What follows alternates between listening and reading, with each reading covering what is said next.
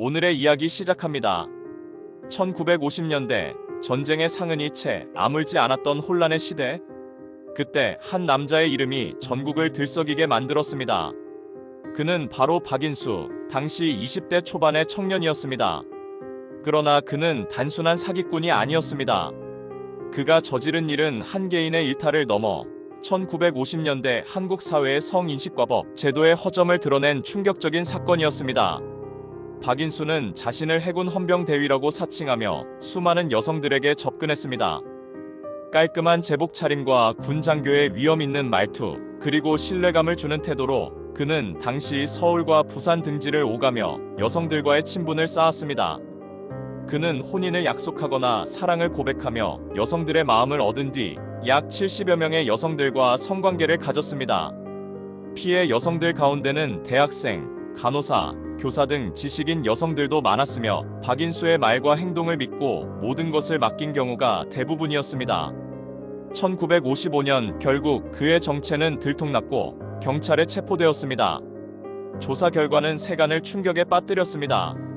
그는 취조 중 이렇게 말했습니다. 70명 중에 처녀는 단 한 명뿐이었습니다. 이 한마디는 그대로 언론을 통해 보도되었고 박인수는 곧 한국판 카사노바, 현대판 돈 후안으로 불리며 전국적인 스캔들의 중심에 서게 됩니다. 사건은 단순한 성추문이 아닌 당시 한국 사회의 성윤리와 여성의 위치에 대한 커다란 물음표를 던지는 계기가 되었습니다. 하지만 더 큰 논란은 법정에서 벌어졌습니다. 1심 재판부는 성관계가 자발적인 동의에 의한 것이었다는 점을 들어 혼인빙자 간음죄는 성립하지 않는다며 무죄를 선고했습니다. 다만 공무원 사칭 혐의에 대해서만 벌금형이 내려졌습니다. 이러한 판결은 당시 법 제도의 한계를 보여주는 대표적인 사례로 남게 되었으며 사실상 박인수를 처벌할 수 있는 법적 근거가 부족했던 것이었습니다. 그러나 국민 여론은 들끓었습니다. 결국 2심과 대법원에서는 판단을 뒤집고 혼인빙자 간음 혐의를 인정하여 징역 1년을 선고하며 사건은 마무리되었습니다. 하지만 여전히 솜방망이 처벌이라는 비판은 끊이지 않았습니다. 이 사건은 단순히 한 남성의 도덕적 타락을 넘어 여성의 성적 자기결정권, 법의 보호, 그리고 사회적 성차별의 구조에 대해 폭넓은 논의를 불러일으켰습니다. 특히 여성단체와 일부 언론에서는 법이 여성을 얼마나 제대로 보호하지 못하고 있는지를 지적하며 강한 문제의식을 제기하였습니다.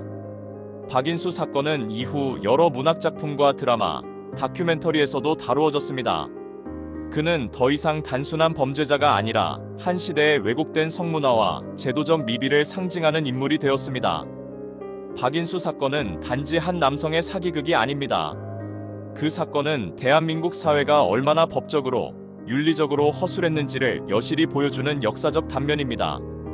그리고 동시에 우리 사회가 여성을 어떻게 바라보았는지, 또 여성들이 얼마나 법의 사각지대에 놓여 있었는지를 되짚어보게 합니다. 70년이 흐른 지금 우리는 이 질문을 다시 던질 수밖에 없습니다. 그때와 지금 우리는 과연 얼마나 달라졌을까요?